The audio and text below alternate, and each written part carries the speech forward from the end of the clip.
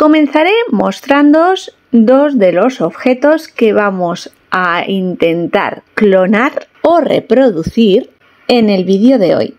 Con ellos pretendo mostraros cómo hacer moldes con la silicona de Silicomaster, los errores que he cometido, comparativa de dos productos diferentes, aciertos y, como no, muestras finales. ¿Queréis ver cómo lo haremos? Acompañadme, comenzamos.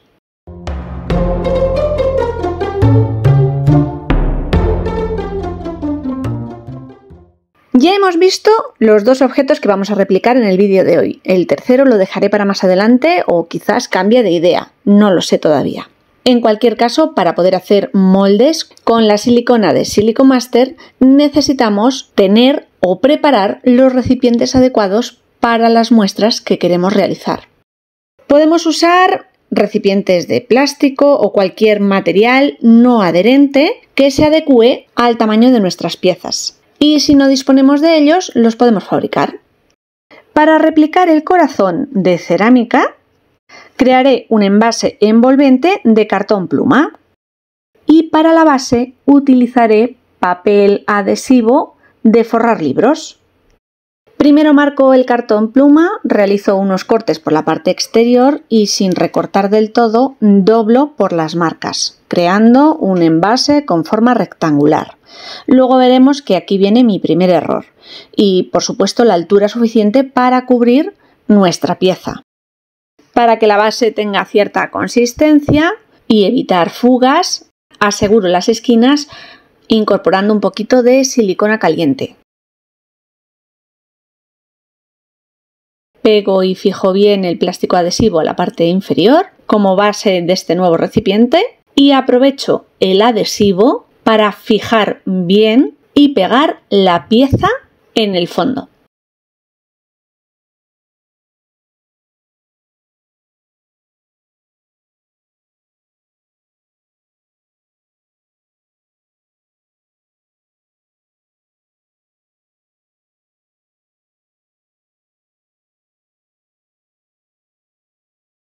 El segundo objeto que clonaremos o replicaremos es una pequeña botella. Busco diferentes opciones para el envase y me decanto por un vaso alto de propaganda de cartón. Y mi primer error viene ahora. Y es que adhiero el envase que voy a clonar o replicar a la parte inferior, sin ser consciente de que lo que yo pretendo hacer con este envase es crear un molde que posteriormente pueda utilizar para hacer velas. Y por tanto necesitaré que mi molde tenga una base sobre la que verter la cera o la soja, lo que vaya a utilizar. Pero bueno, ya veremos cómo se acaba solucionando esto. Preparo la mesa de trabajo. Como siempre que utilizamos resinas o silicona en este caso, necesitamos un peso, ya que todas nuestras proporciones han de ser exactas. Protegernos las manos con guantes y, a ser posible, hacer este tipo de trabajos o proyectos en un lugar ventilado. Como os decía al inicio, trabajaré con dos tipos de silicona, una para cada uno de los moldes, y así veremos en qué se diferencian. Ambas me van a servir para lo que yo pretendo, hacer un molde para velas y otro para jabones. Comienzo con la mezcla de la Pure Mold 20. Se mezcla en un porcentaje 1:1, misma cantidad producto A, producto B. Al verter el primer producto compruebo que es bastante viscoso, denso. Ocurre exactamente igual con el segundo. Al realizar la mezcla debemos hacerlo con movimientos envolventes y pausados, intentando no introducir mucho aire a la mezcla, aunque debido a su densidad os confirmo que es inevitable. Yo dispongo de una máquina que elimina burbujas, especial para resina, y la voy a utilizar a continuación, pero si no es vuestro caso, realizad la mezcla adecuadamente, moviendo muy bien todo el producto de los bordes del envase y dejadla reposar 5 o 10 minutos antes de utilizarla para que la mayor parte de esas burbujas desaparezcan. Vierto la mezcla sobre la pieza, despacito, que vaya cubriendo y rellenando el molde. Y aquí es donde soy consciente de que el primer error ya lo había cometido previamente. El molde que estoy utilizando es muy grande. Voy a necesitar mucha cantidad de resina para rellenarlo. Debería haber buscado un envase muchísimo más cerrado o cercano a la pieza que estoy utilizando, y ya que lo estaba fabricando, haberlo hecho más pequeño. Si nos quedamos cortos con una primera mezcla, podemos hacer una segunda hasta cubrir por completo toda la pieza, que es mi deseo principal. Para intentar solventar el error en el molde seleccionado y no utilizar más silicona aún, tiro de chapuza. Es decir, voy a intentar rellenar con el mismo cartón del molde las esquinas donde más hueco o espacio he generado y que no necesito cubrir con silicona. Voy incorporando, añadiendo pequeñas piezas que elevan el nivel de la silicona del producto hasta cubrir perfectamente la figura y a la vez me evitan hacer una nueva mezcla. Va a quedar un molde un poco raro, pero veremos a ver si realmente funciona después o no.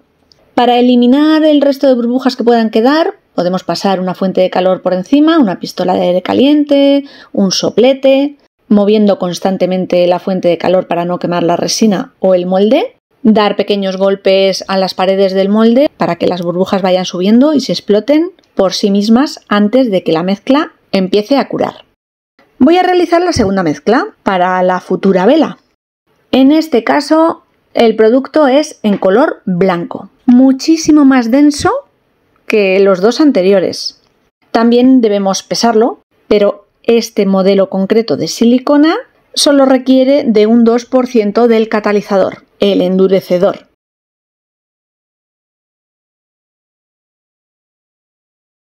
Y de nuevo nos enfrentamos a esa mezcla pausada, lenta en la medida de lo posible para no introducir aire dentro de la masa. Como esta es más espesa, cuesta bastante más de mover. Y relleno el envase. De la misma manera, me cuesta un poquito más porque tengo menos margen. He de ir repartiendo la mezcla de la silicona alrededor de este embudo.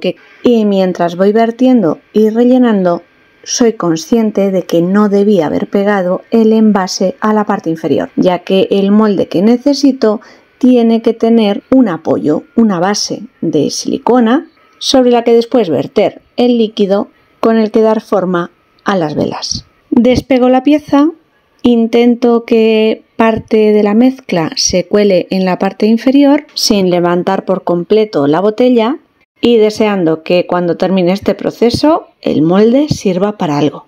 Cuando termino, golpes sobre el molde para que suban todas las burbujas y se exploten, y en principio dejaremos pasar el tiempo adecuado para que la silicona reaccione, se cure y crear nuestros moldes. Pasadas 5 horas del primer producto, de la silicona Pure Mold 20, el molde ya ha fraguado. Tiene la dureza y consistencia necesaria. Voy a desmoldar. Me lleva un poquito más de tiempo por aquel error que cometimos, que intenté subsanar. En fin, va a quedar un molde un poco desastroso.